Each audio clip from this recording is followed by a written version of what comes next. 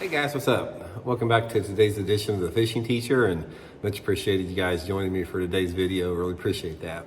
And guys, today I'm going to show you how to modify a lure with a kitchen scrubber, like a Brillo pad.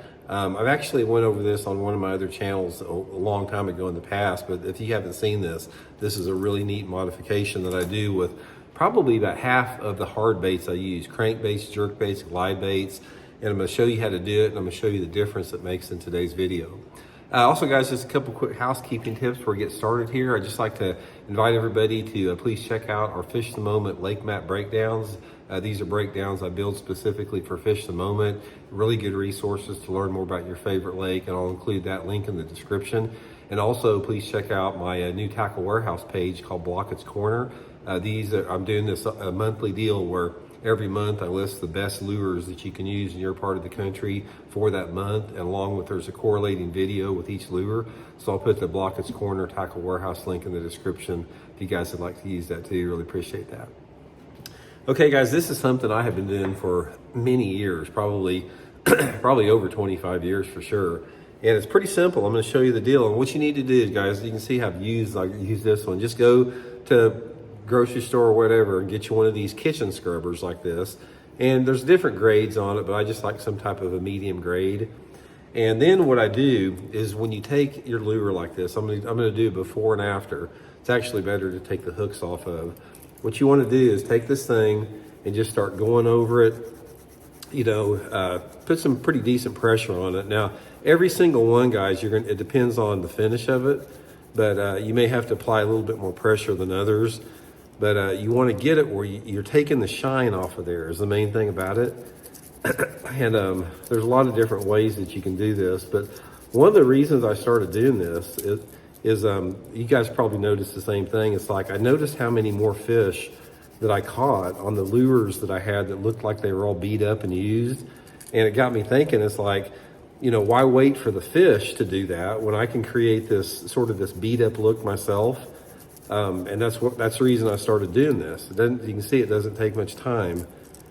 I've actually also taken like a knife and I've just, made some that look like teeth marks on a lure just to make it look all beat up. Because, bass prefer to attack prey that's wounded or something. So here's the difference of the two. You can see the finish there on the shine. Now this is the exact same lure right here. Now look at the difference on the two, the shine that it has on it. And what that does is, by taking that shine off it, I just think it looks better in the water. It looks more natural, something that they don't see quite as much as far as straight from the factory. And this noticeable difference, guys, especially in clear water, I think it makes a big difference.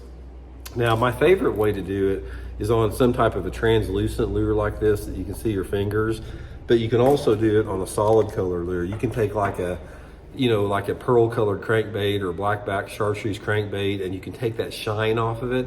And I think that's the main thing that I like about it, is taking that shine off it. And if you run this lure through the water, it's like, try this, to see for yourself.